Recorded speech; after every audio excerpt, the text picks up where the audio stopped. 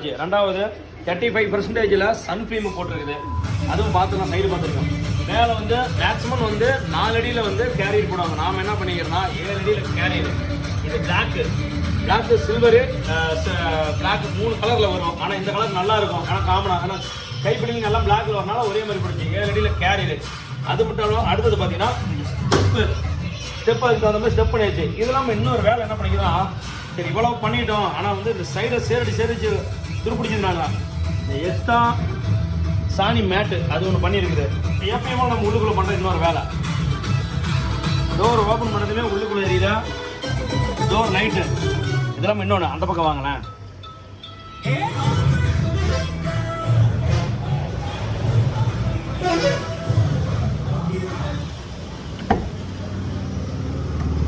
Sony எக்ஸ்ப்ளோர்டில் full கிட்டு போட்டிருக்குது.